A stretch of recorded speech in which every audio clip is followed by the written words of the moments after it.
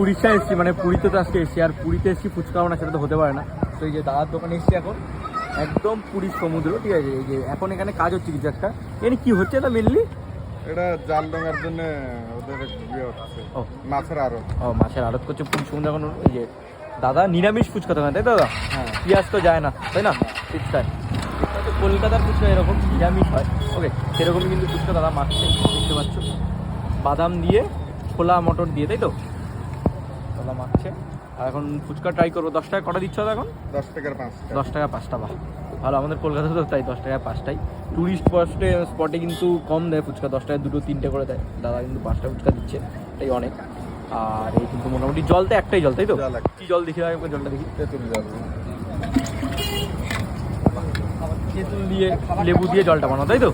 লেবু তেঁতুল দিয়ে, বাহ। চলো তাহলে এবার ট্রাই করি ফুচকা। পুদিনাও দাও জলে, বাহ ঠিক আছে। চলো দাও দাদা, তাহলে একটা প্লেট দাও আমাদেরকে।